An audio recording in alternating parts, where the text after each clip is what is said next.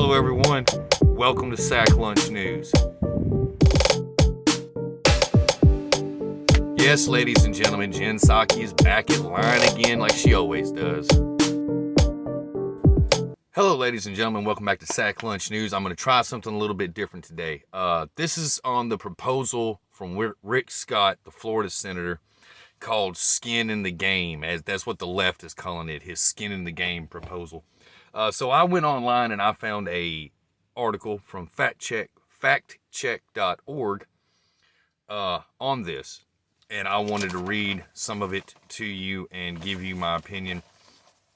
Now I want you to pay close attention to this, because it's leftist media outlets doing what they do best, which is distracting you, giving you a catchy topic and a catchy first or second paragraph or third paragraph, and then when they get into the bulk of the conversation, they try to word it in a way that would deter you from reading, so then you just pass it by and you swap over to something else and you don't catch what's actually being said. You just catch the narrative that the left is wanting to push on you through whatever said media outlet that they're using that day.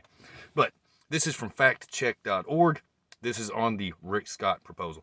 A multi-part policy plan released by Senator Rick Scott of Florida on February 22nd says all Americans should pay income tax, and stated half of Americans currently do not. But in an interview later that day, the Florida senator falsely claimed he had not suggested increasing income tax for that many people. Scott stated in the interview with Sean Hannity of Fox News, of course not, when asked if his plan would raise taxes on seniors and working families, as the piece of walking dog shit Chuck Schumer's tweet would have suggested. Hannity told Scott that he could not locate the proposed tax increase, so it must have been written in invisible ink.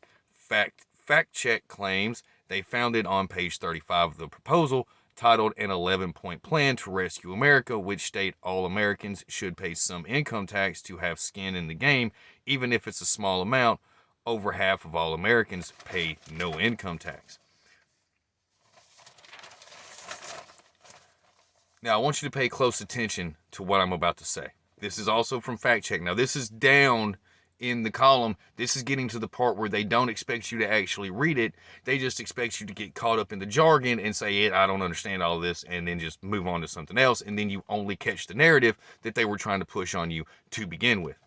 In August 2021, analysts from the Tax Policy Center estimated that 102 million, or 57.1% of all tax units are considered individuals, would have zero or negative tax liability, down slightly from the 107 million, or 60.6%, who owed no income tax in 2020. From 2011 to 2019, before COVID, the no income tax liability was between 42% to 45% of all Americans. Beginning in 2022, assuming recovery continues, the percentage not owing tax will return to pre-pandemic levels and then decline through 2031. So how does Scott justify denying that his proposal would be an income tax increase for all those people? Now, don't get caught up. Remember, we're not talking about retirees or working families. So who are we talking about? Well, Rick Scott clarifies. It focuses on a subset of U.S. residents who don't pay income tax. Yep, you probably have a good idea where this is going. And if not, my opinion's going to kind of cover that here in a minute. Scott states there are too many people benefiting from government services without contributing to the system. There are too many able-bodied Americans. I want you to remember this, because this is a fucking fact.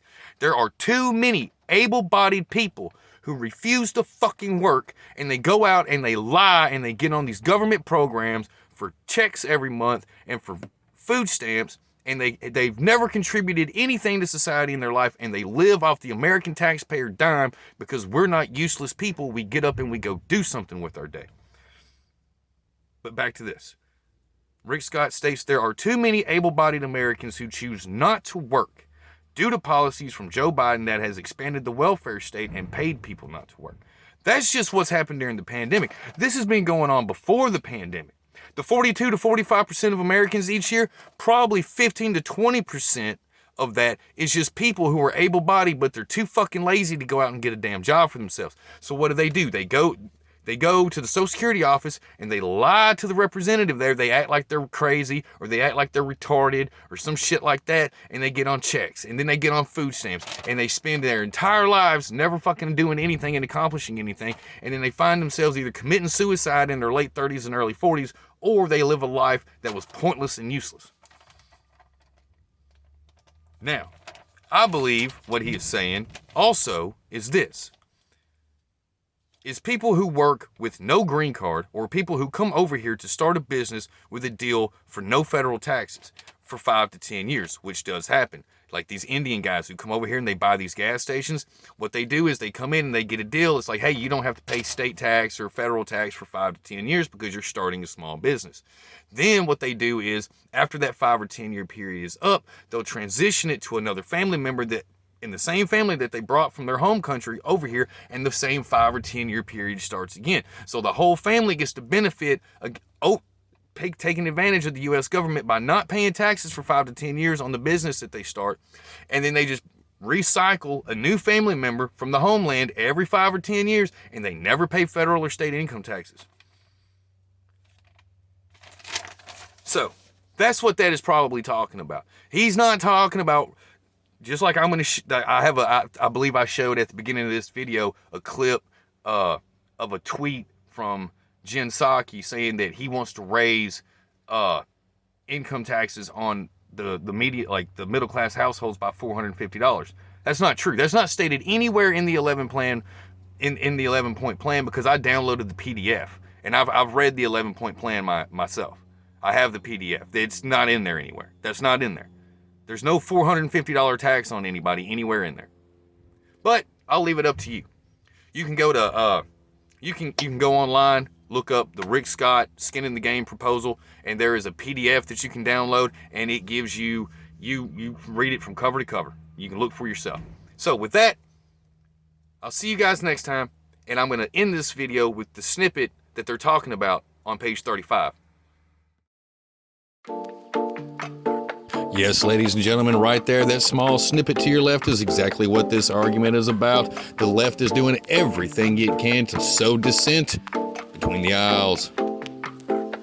피냐 콜라다 아코세페 너의 피부색처럼 drip해 지금 내 핸드폰에 비친 오 네 모습에 나는 drip해